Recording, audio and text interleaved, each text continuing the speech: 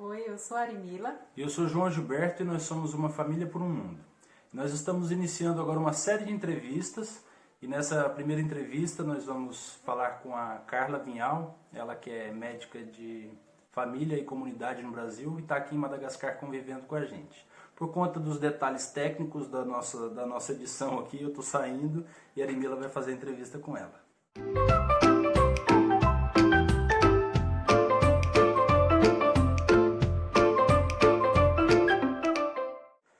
Olá, eu sou Carla Vinhal e já fui apresentada. Então, Carla, hoje numa Família por um Mundo convida a Carla para uma entrevista. E a primeira pergunta, Carla, é por que você veio para Madagascar?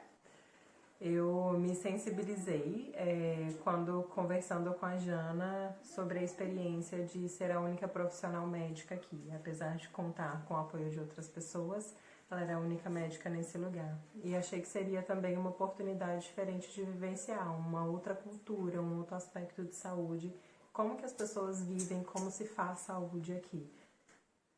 E o que você sentiu quando você se deparou com a realidade aqui?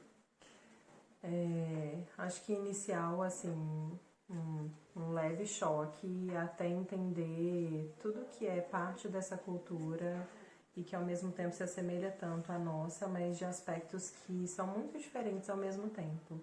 Então, como questões familiares, como as pessoas têm uma relação com a dor, com a fome, como as dificuldades são tão presentes e ao mesmo tempo as pessoas têm um senso de coletividade, de comunidade muito grande. Todo mundo vem junto para consulta, tem um acidente, todo mundo está ali junto, alguém precisou ir para o hospital, as pessoas estão em comunhão, as casas todo mundo agarradinho, todo mundo juntinho.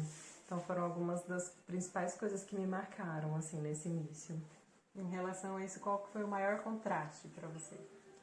Eu acho que esse sentimento de comunidade aqui e essa tendência da gente ser muito individual no Brasil, assim, apesar da gente ser conhecido como um povo caloroso, você vê aqui o tanto que as crianças são muito afetivas e a coisa do contato físico, de abraçar, de beijar, de brincar junto, e isso é muito presente, então não é só num outro momento. E como que as famílias são muito unidas, assim, tudo é feito junto, né? Não existe nada mais individual do que coletivo. Acho que isso foi uma coisa que sobressaiu muito. Eu fico pensando se isso não é um dos mecanismos das estratégias de sobrevivência também num ambiente, num lugar que tem tanta privação de tanta coisa, mas ao mesmo tempo muito carinho, muito afeto, muito amor. Bom, você veio para uma programação de ficar 20 dias, a princípio, né? E por conta do coronavírus e toda a situação de fechamento das fronteiras, você acabou ficando bem mais tempo. Quanto tempo que você já está aqui? Agora, eu tinha passado um período pela África do Sul antes, mas já está indo para 2 meses fora de casa no total. Aqui, 1 mês e meio, mais ou menos. E como é que isso impactou a sua vida? Acho que foi uma grande lição de se aprender sobre flexibilidade, assim, de entender que às vezes as coisas fogem um pouquinho do nosso controle, do que a gente tinha planejado, que às vezes não vai ter muito o que fazer naquele momento, que às vezes elaborar isso, né, como o que eu estou aprendendo nesse período, o que eu posso extrair aqui como uma experiência única que eu não vou viver em nenhum outro lugar, né. Mas isso de aprender a acalmar os sentimentos também, né? Aquilo que não está ao meu controle eu posso usar de alguma forma. E qual é a melhor forma que eu faço com isso, né? Então, acho que se eu tivesse que resumir numa palavra, eu pensaria em flexibilidade, assim. E aprendizado com tudo isso. Já deve estar com saudades de casa, né? Bastante. Vontade de voltar. Mas a gente vai descobrindo motivações para estar aqui também. Que motivações você acha que foram mais importantes para te manter mais feliz aqui? Eu acho que uma é o pensamento de que deve ter alguma razão para eu ter ficado aqui. Desde o início cheguei a perder um voo, achei que não viria, que voltaria para o Brasil e acabei chegando com vários percalços no caminho.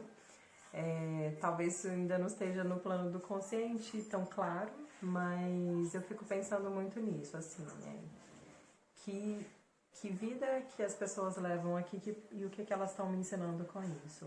Então, Acho que a gente aprende muito sobre valores de proximidade, então teve alguns momentos difíceis de pessoas queridas no Brasil e isso me marcou muito, como eu queria estar lá para dar um abraço presencial, né?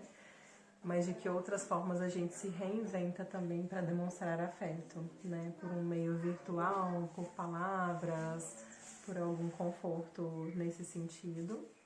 E eu acho que ficou muita coisa também de aprender a lidar com limitações, né? Então, às vezes um desejo bobo, uma vontade de fazer algo e a gente se entende que às vezes a gente tem muito luxo dentro de um contexto nesse de privação, né? Assim, não nos falta nada do essencial, mas a gente vê como é possível viver com tão menos e sem grandes problemas, né? Às vezes algo vai trazer um conforto, vai trazer um afago, mas aquilo ali vem para ser algo adicional. Aquilo não é essencial, como se alimentar, como estar fisicamente bem, como organizar os sentimentos dentro da gente também. Muitas vezes as pessoas quando vêm aqui para Madagascar, elas relatam algum tipo de transformação pessoal. Você sentiu que houve isso com você? Acho que eu tô nesse processo ainda. Acho que um pouco da saudade, da vontade de algumas coisas, talvez até dificulte a gente a se dedicar com inteireza, né? Mas eu fico pensando muito isso, como é que a gente aprende a viver no presente, né? Tipo, já que eu estou aqui nesse momento, o que é que eu posso continuar fazendo aqui? E às vezes isso vem num alento de uma pessoa que melhorou um pouquinho, que deu uma resposta na clínica, às vezes a gente brinca com as crianças e elas chegam e tipo, traz um beijo do nada, assim, inesperado. Ou às vezes alguém te convida, você podia ir na minha casa pra gente conversar, ou vive uma experiência, experimenta uma comida típica, alguma coisa local que você vê. Nossa, que incrível isso fazer parte. Então, acho que sobressai a coisa do respeito, de entender, às vezes, alguns aspectos das culturas. Quando a gente conversou sobre planejamento sexual e reprodutivo, quando a gente discutiu sobre a questão de ser individual ou ser coletivo, quando a gente pensa como as pessoas, ainda com tão pouco materialmente, descobrem tanta razão de sorrir, né? Acho que isso vem para mostrar pra gente, assim, será que a gente precisa mesmo de tudo, de tanta coisa que a gente vai acumulando ao longo da vida materialmente, ou será que a gente pode priorizar outras coisas ao longo da vida? Causa muitas reflexões, né? Sim. Se você tivesse que ir embora amanhã pro Brasil, do que você ia sentir mais falta aqui? Eu acho que desse contato, assim, com as crianças, das tentativas e dificuldades e desafios do contato de vencer a barreira da língua, assim, né? Salama, misotia, e você fica assim, a hora que você sente um olhar de agradecimento, um olhar de tipo, tô vendo que a gente tá se cuidando aqui, né? Que você tá cuidando de mim, que eu tô aqui nesse processo de comunhão aí do cuidado, quando a gente tá na rotina da clínica. Acho que isso é uma das coisas que eu iria sentir bem falta, assim, apesar da barreira da língua falada, né, do malgache, não estar transposta, em alguma medida ela está ali sendo sanada pela linguagem do amor, como diz a Jana. Essa linguagem não verbal, né, que toca muito mais às vezes do que as palavras que a gente já conhece. Muito, muito. Legal, muito obrigada, Carla, por participar do nosso quadro de entrevistas, Uma Família por um Mundo Convida. E para nós foi uma satisfação poder conhecer você e ter esse contato com você aqui em Madagascar. Eu acho que nada é por acaso. E aí espero que a gente continue em contato, mesmo quando você voltar para o Brasil. Tá bom? E foi um prazer conhecer vocês também, as crianças, e entender essa outra forma de ser família, né? Com super desafios e no outro lado do mundo.